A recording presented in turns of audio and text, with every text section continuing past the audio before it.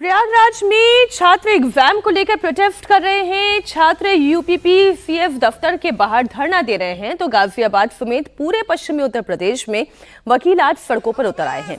गाजियाबाद के court room में हुए लाठीचार्ज के खिलाफ वकीलों ने आज 2 घंटे तक रोड जाम किया।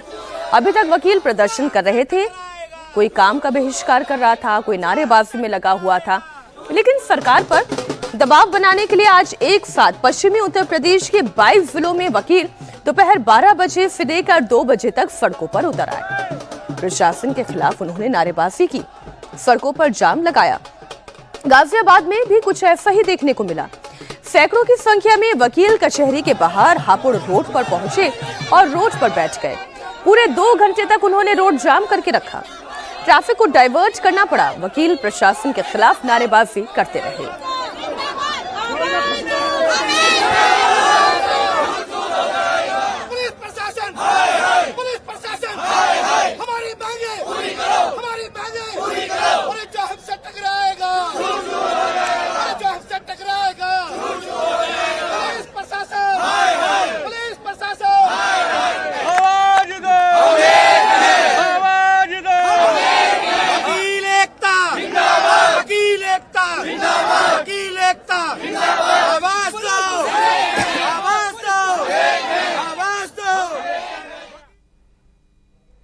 उनतीस अक्टूबर को गाजियाबाद कोर्ट रूम में वकीलों पर लाठीचार्ज हुआ था। उसके बाद से ही गाजियाबाद के वकील प्रदर्शन कर रहे हैं।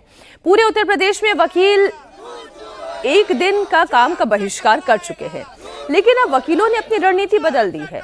एक साथ 22 जिलों में वकीलों ने रोड जाम किया। दोपहर 12 बजे से लेकर दोपहर 2 बजे तक कामकाज ठप रखा। गाजियाबाद के अलावा मेरठ, सहारनपुर, मुरादाबाद, अलीगढ़, हापुड़, बागपत, नोएडा, बुलंदशहर, सहारनपुर, शामली, मुजफ्फरनगर, अमरोहा और मुरादाबाद में इसी तरह की तस्वीरें देखने को मिली।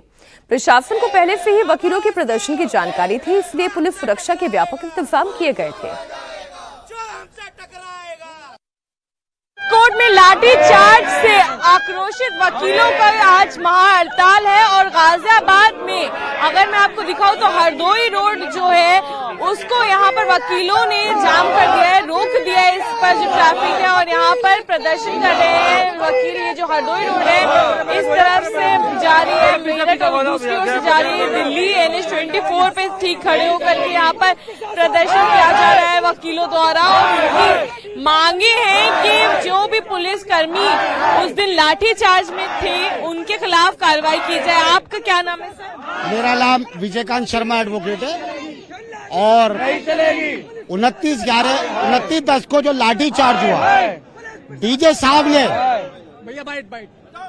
कॉन्स्टिट्यूशनल लॉ आर्टिकल 21 का वायलेंस किया। अगर अधिवक्ता लोग गुंडे हैं, यहाँ पे हमारी बहनें भी खड़ी है, महिला अधिवक्ता भी खड़े हैं, बुजुर्ग एडवोकेट भी खड़े हैं, जूनियर भी खड़े हैं। ये स्थिति किसने उत्पन्न करी? इस जिला जज कम्बख्त खत ने, इस जिला जज ने बिना पूछे डायरेक्शन दिए, परमिशन किसी के लिए लाठीचार्ज। आज तक जब से देश आजाद हुआ है कॉन्स्टिट्यूशनल लॉ में कोर्ट रूम के अंदर वकीलों पर लाठीचार्ज हुई। आज डीजे साहब को आपके माध्यम से संदेश कहना चाह रहे हैं, अगर तेरे में हिम्मत है तो अब तू लाठीचार्ज करके दिखा। लाठी का बदला लाठी से और खून का बदला खून से लिया जाएगा। अभी क्या मांग? 22 जिलों में वकीलों का प्रदर्शन केवल आज तक ही सीमित नहीं रहेगा, बल्कि 15 नवंबर तक हर दिन रोजाना वकील 2 घंटे तक काम का बहिष्कार करेंगे। आपने एक बयान तो सुन ही लिया। अच्छा खासा आक्रोशित वकील साहब सुनाई दे रहे थे, दिखाई दे रहे थे। अब इनकी रणनीति क्या है? अगले कई दिनों तक यानी कि 15 नवंबर तक, 11 से लेकर 15 नवंबर तक 22 जिलों में पहले तो रोड जाम करने की तैयारी की जाएगी। 2 घंटे तक कामकाज ठप रहेगा और इसके साथ ही वकीलों की महापंचायत 16 नवंबर को यानी 11 से 15 नवंबर तक, जब ये पूरा काम ठप करना, कामकाज रोकना, हंगामा करना ये होगा, तो 16 नवंबर को महापंचायत होगी और फिर इसी में आगे की रणनीति भी तय की जाएगी। वकीलों का कहना है कि सरकार को हमारी मांगों के आगे झुकना होगा, इसमें कि आगे की रणनीति तय हो। 22 जिलों के बार के पदाधिकारियों यानी कि जो 22 जिले हैं उनके बार एसोसिएशन है उसके पदाधिकारियों ने गाजियाबाद कचहरी में बैठक करके आंदोलन का फैसला लिया है। गाजियाबाद बार एसोसिएशन इस आंदोलन का नेतृत्व कर रही है। वकीलों का कहना है कि अगर उनकी मांग पूरी नहीं हुई तो आंदोलन को आगे और तेज किया जाएगा। अब आपको ये बताती हूं कि आखिर इन वकीलों की मांग क्या है। इनकी मांगों की वजह से लगातार कामकाज ठप है। पहले ये वकील जिला जज अनिल कुमार के ट्रांसफर की मांग कर रहे थे। जिला जज अनिल कुमार की कोर्ट में ही वकीलों पर लाठीचार्ज हुआ था, लेकिन अब वकीलों का कहना यह है कि जिला जज का ट्रांसफर होना ही काफी नहीं है, बल्कि उन्हें सस्पेंड किया जाना चाहिए। उनकी दूसरी मांग यह है कि जिन पुलिस वालों ने वकीलों पर लाठियां बरसाई उन पर भी एक्शन लिया जाए। वकील इन पुलिस वालों को सस्पेंड किए जाने की मांग कर रहे हैं, यानी गाज पुलिस वालों पर भी गिरे। प्रदर्शनकारी वकीलों का कहना यह है कि अगर सरकार उनकी सुरक्षा को लेकर गंभीर है तो लॉ ऑफ प्रोटेक्शन एक्ट को भी लागू किया जाए। अब हम ये मानते हैं कि वो न्याय करने लायक नहीं है। न्यायाधीश का काम है न्याय देना। जब वो खुद ही न्याय नहीं कर रहे, वो एक न्यायपालिका के उसमें एक कोर्ट रूम में बैठ करके और इतने सारे एडवोकेट्स को बर्बरता से पिटवा सकते हैं। उन्होंने महिलाओं को पिटवाया, वहाँ पे महिला कांस्टेबल भी नहीं थी जो महिलाओं को मारा जाए। कितनी चोटें उन्हें इतनी जगह लगी है जो बताई नहीं जा सकती मीडिया के सामने। और इस तरह की हरकत करने के बाद सबसे पहली बात तो ये डीजे बर्खास्त होना चाहिए। दूसरा, हमें एडवोकेट प्रोटेक्शन एक्ट चाहिए। हमें क्यों नहीं मिल रहा? जब हम इतने सालों से इस बात के लिए लड़ रहे हैं, बोल रहे हैं, आंदोलन कर रहे हैं, क्यों नहीं लगाया जा रहा? इस बार ये आंदोलन तब तक समाप्त नहीं करेंगे जब तक एडवोकेट प्रोटेक्शन एक्ट ना मिले। इनका तो वैसे भी तबादला होना ही था, हमें तबादले से कोई सेटिस्फेक्शन नहीं है। ये निलंबित होने चाहिए डीजे, क्योंकि ये कहीं पे भी जाएंगे। आपको मैं ये बताऊं, कोई सोचता हो इन्हें ट्रांसफर दे दिया जाए, ट्रांसफर देके आप क्या करेंगे? आप जिस कोर्ट में जाके बैठेंगे वहां पे भी यही सीन होना है, वहां पे भी फिर आंदोलन होना है। मने अधिवक्ता को सिर्फ अब साल भर आंदोलन पे बैठना है। आज हापुड़ के लिए, आज गाजियाबाद के लिए, आज बागपत के लिए, वो जहाँ भी ट्रांसफर होंगे वो वहाँ पे इश्यूज क्रिएट होंगे, तो वो निलंबित होने चाहिए। एक साफ निर्णय है। दूसरा, एडवोकेट प्रोटेक्शन एक्ट चाहिए हमें। तीसरा, ये काली कोट पहनी गई है आम जनता को न्याय दिलाने के लिए। जरा आप आम जनता पे लाठीचार्ज करके देखिए क्या करते हैं वो, चाहे वो पुलिस वाला हो चाहे वो किसी का, वो देखिए आप क्या हश्र करते हैं, आप करके देख लीजिए। आखिर 29 अक्टूबर को गाजियाबाद की कचहरी में ऐसा क्या हुआ था कि वकील ऐसे संग्राम पथ पर है? इसका जवाब मैं आपको देती हूं। दरअसल उस दिन जिला जज अनिल कुमार की कोर्ट में जमानत से जुड़े हुए एक केस की सुनवाई चल रही थी और इस दौरान वकील नाहर सिंह से जज की नोकझोंक हो गई। नाहर सिंह ने इस केस को दूसरे जज के सामने ट्रांसफर करने की मांग कर दी, जिसे जिला जज ने ठुकरा दिया। पुलिस के मुताबिक इसके बाद जजों ने जिला जज के चैम्बर में घुसने की कोशिश की। इसके बाद जज ने पुलिस को कोर्ट रूम में बुला लिया। पुलिस ने कोर्ट रूम के अंदर दाखिल होने के बाद वकीलों को निकालने की कोशिश की, लेकिन जब इसमें भी वो कामयाब नहीं हुए तो फिर लाठीचार्ज किया गया। जब 60-70 वकील न्याय प्राप्त करने के लिए गए थे, उन्होंने कहा कि हमारी फाइल में सुनवाई कर दो, तो उन्होंने कहा नहीं सुनूंगा मैं। उन्होंने कहा नहीं सुनोगे, लोड है तुम पे तो तुम अन्य कोर्ट में ट्रांसफर कर दो। उन्होंने कहा ट्रांसफर भी नहीं कहो, मेरी मर्जी। कोर्ट उतार के भाव चढ़ा के पहलवानी करना होगा।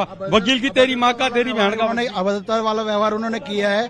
29 तारीख की ये घटना है और जो उन्होंने कृत्य किया है बहुत गलत हुआ है वकीलों के साथ। और आज क्यों आप लोग जो न्याय दिलाते हैं वो इस तरह से जो पब्लिक को न्याय दिलाते हैं उनकी रोड रोक करके खड़े हो गए न्याय के लिए? हम मजबूरी में कर रहे हैं। ये 29 तारीख की घटना है। हम जो उत्तर प्रदेश सरकार है उनसे विनती कर रहे थे कि जज साहब का ट्रांसफर कर दो, निलंबन कर दे, लेकिन उत्तर प्रदेश सरकार द्वारा ऐसे नहीं किया गया। अभी हाईकोर्ट द्वारा जो है कुछ जजों का ट्रांसफर किया गया, इन जज साहब का भी ट्रांसफर कर देते।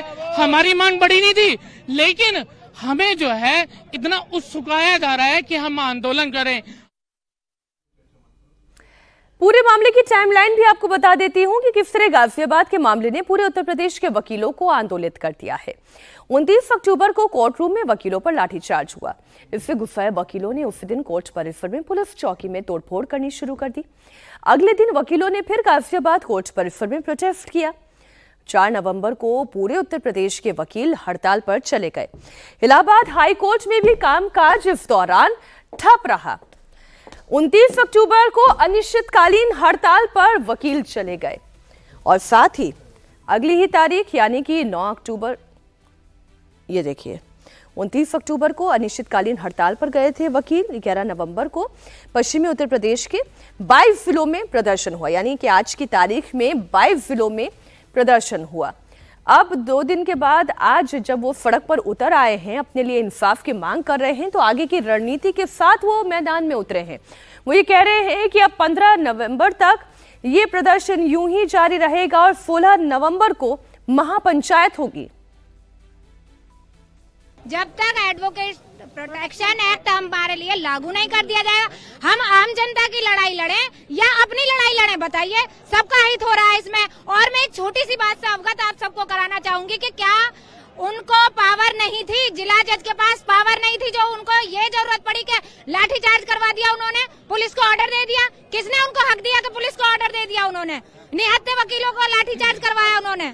मैं तो यही कहना चाहूंगा कि वर्तमान सरकार को भी इस चीज पर ध्यान देना चाहिए और वर्तमान सरकार जो किसी पार्टी के लिए काम ना करें, ये वकील है। अगर वकीलों के हित में आप नहीं सोचोगे तो आज ही आप छोटा सा धरना देख रहे हैं, कल को विशाल धरना और उसके बाद विश्वव्यापी धरना आप देखेंगे। इतना बड़ा सैलाब आने वाला है मैडम, कोई नहीं सोचेगा। तो इसलिए मेरी वर्तमान सरकार से भी मांग है कि इस पर विचार करें और इस मसले को, इस मामले को जल्द से जल्द सुलझाने की कोशिश करें। कि सबसे पहले जिला जज साहब टर्मिनेट होने चाहिए और जो भी पुलिस के जिन्होंने जो लाठीचार्ज करा वो सारे जो है निलंबित होने चाहिए। और मेन चीज ये जो FIR वकील अधिवक्ताओं साथियों पे हुई है वो FIR वापस होनी चाहिए।